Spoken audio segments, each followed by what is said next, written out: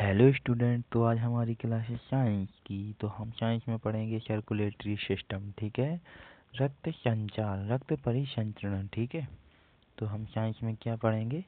रक्त परिसंचरण। ठीक है, तो आप लोगों का पढ़ने का मन होगा तो आप लोग बेसिकली जुड़ जाएंगे मुझसे। ठीक है, वैसे तो आप लोगों का सबका मन होगा।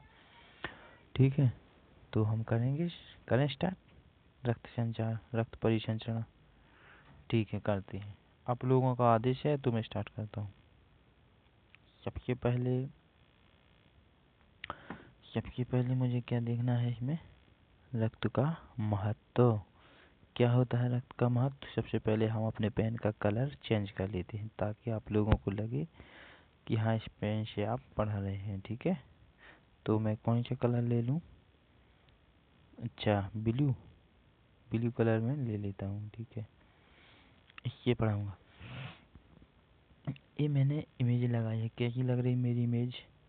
बिल्कुल जो मनुष्य के अंदर का स्ट्रक्चर होता है वैसे ही लग रही है। ठीक है, हमारे शरीर में सबसे पहले हमको देखना है। थोड़ी मैं इमेज को बड़ा करता हूँ ताकि आप लोगों को स्पष्ट दिखे। हमको रक्त का महत्व पढ़ना है और हमारे शरीर में जो रक्त है वो एक जीवनदायी तत्व है।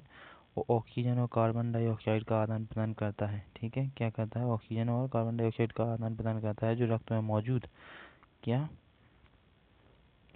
जो रक्त में मौजूद प्लेटलेट्स और श्वेत रक्त कोशिकाओं को यानी व्हाइट ब्लड सेल्स को, जो व्हाइट ब्लड सेल्स हैं वो रोगों से लड़ने में मदद करती हैं और इस प्रणाली के बिना जीवन संभव नहीं है। ओबियसली है 100% करेक्ट है। ठीक है, आप लोगों को लगा कि नहीं 100% करेक्ट?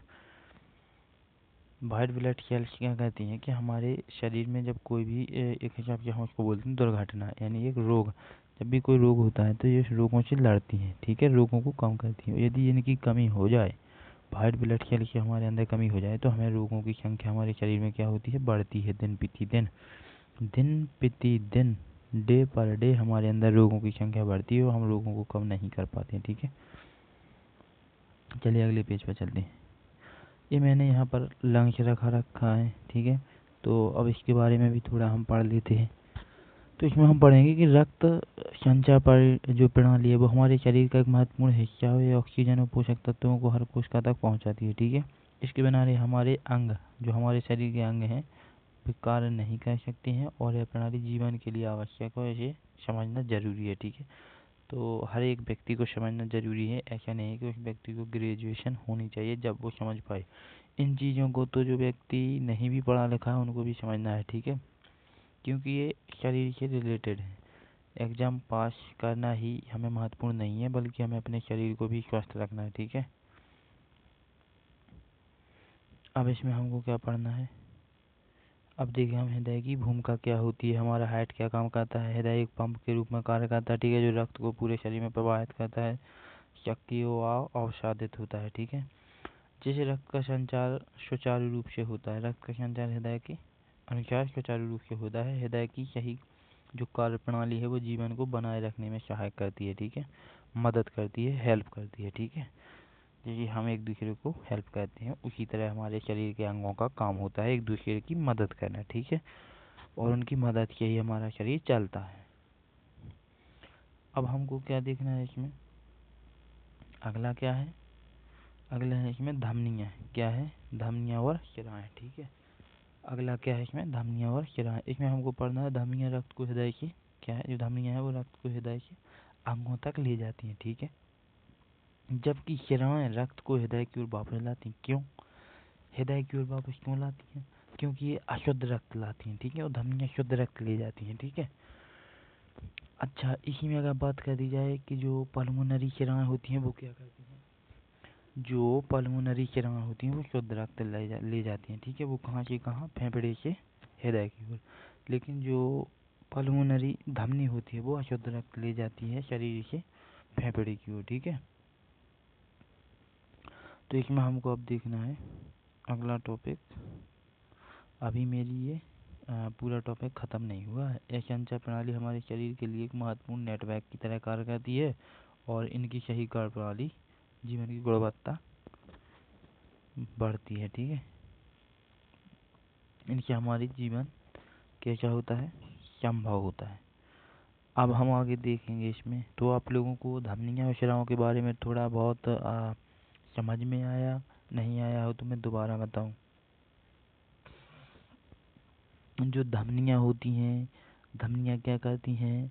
हृदय के अंगों की ओर रक्त ले जाती हैं। कैसा रक्त ले जाती हैं? शुद्ध रक्त ले जाती हैं, ठीक है। लेकिन जो शिराएँ हैं, शिराएँ अंगों से हृदय की ओर रक्त ले जाती हैं, अशुद्ध रक्त ले जाती हैं। वहीं इनका उल्टा कैसा हो जाता है कि जो पल्मोनरी शिराएँ होती हैं वो शुद्ध रक्त ले जाती हैं फेफड़े से शरीर हृदय की ओर, ठीक है। लेकिन जो पल्मोनरी धमनी होती ये अशुद्ध रक्त ले जाती हैं हृदय से फेफड़े की ओर, ठीक है, कार्बन डाइऑक्साइड जनित।